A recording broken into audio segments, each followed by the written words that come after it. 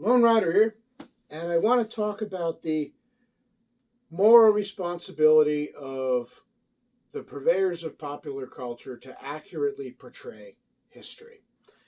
And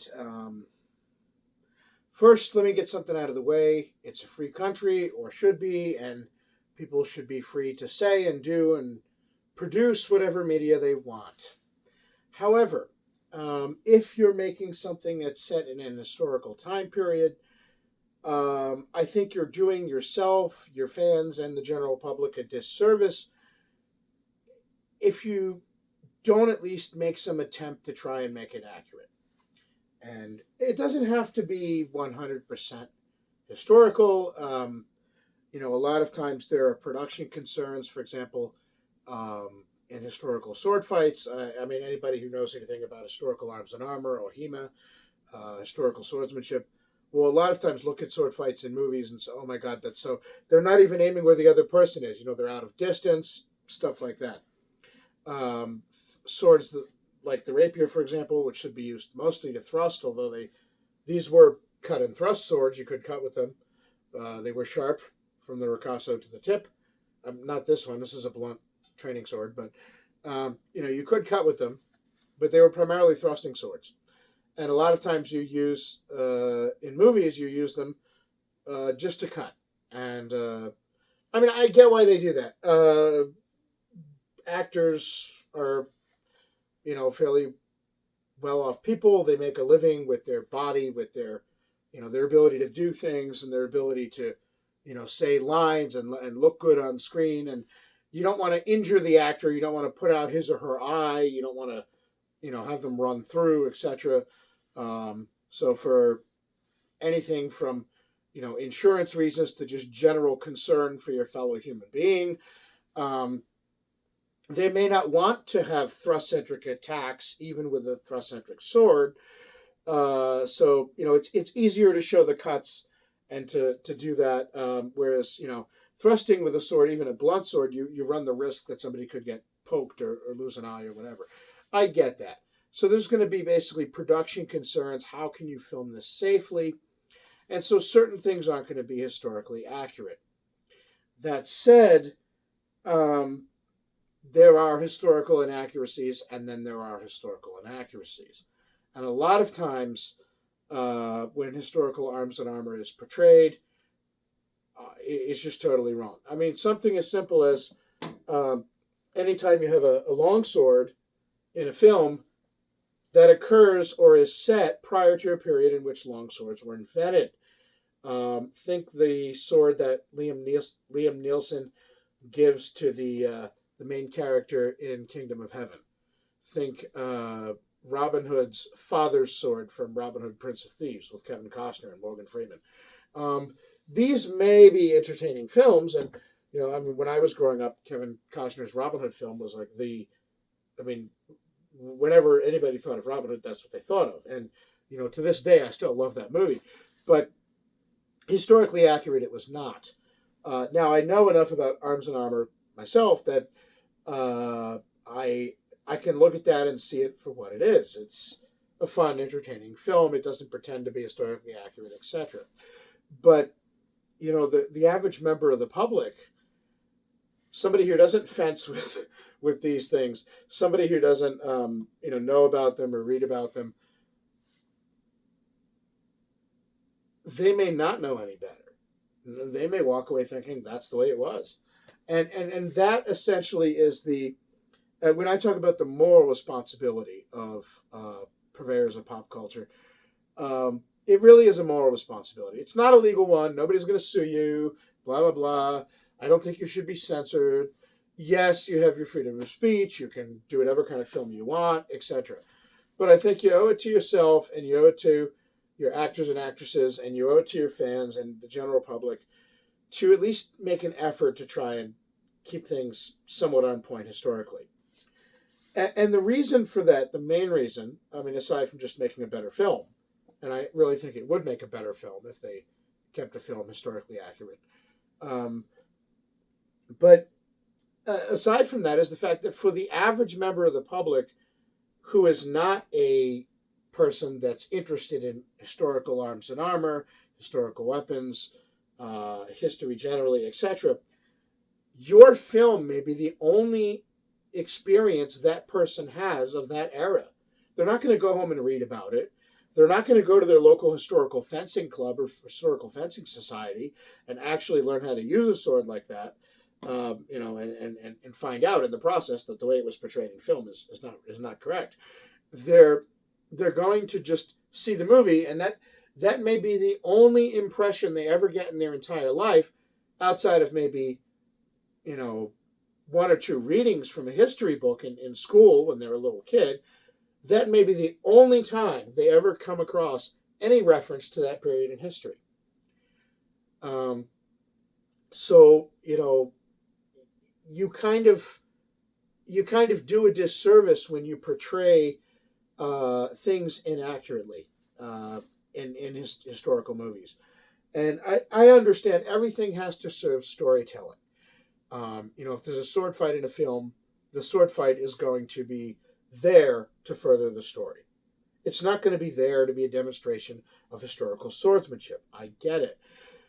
But within the confines of trying to further the story, if you can keep it as accurate as possible, please do so. At least make an effort to do so. I can't tell you how many times I've watched a film and the story and the characters might have been enjoyable, but I walked away with two impressions. One, saying to myself, well, that was a really enjoyable film, and I really liked those characters, and wow, that was cool. But at the same time, like, oh my God, that was so bad. That was so fake. That was so, like who came up with all the suggestions for, like, what props and costumes and what techniques people should use? An 8-year-old? Really? And that's been the reaction I've had to some films, even films that I enjoy, because they just get it so wrong. And I understand this is a very niche interest. And somebody might say, well, in the big picture, does it matter whether you use a rapier as a cut and thrust sword that primarily thrusts, or if you just hack away at it and use what are essentially modern military saber techniques? In the big picture, it doesn't make much of a difference.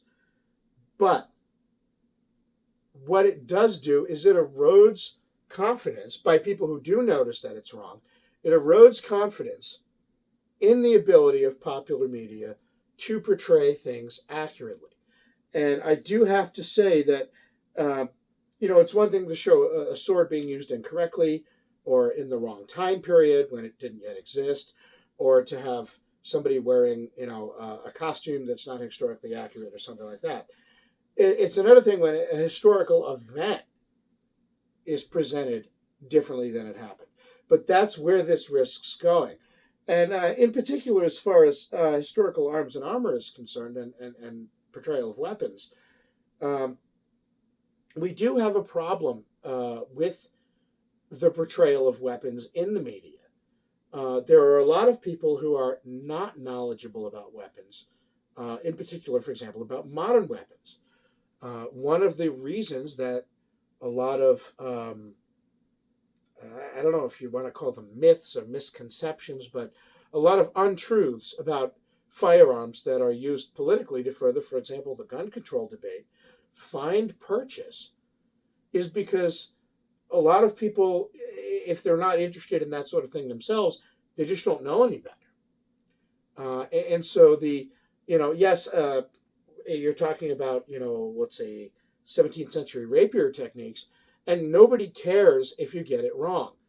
But if you're talking about the difference between, a civilian semi-automatic rifle and a fully automatic machine gun, well, that can have a very real life effect when you get it wrong, because it can end up with people, buying into and supporting arguments for changes to, let's say, the law of the land that are specious and have no validity. So, whenever you're dealing with fact, and like it or not, the use of a weapon or a weapons type, or what type of armor a person would have worn or something like that, is a fact. Right? And I understand if you want to take creative liberties with that to further a story, that's great. Just be cognizant of when you're doing that.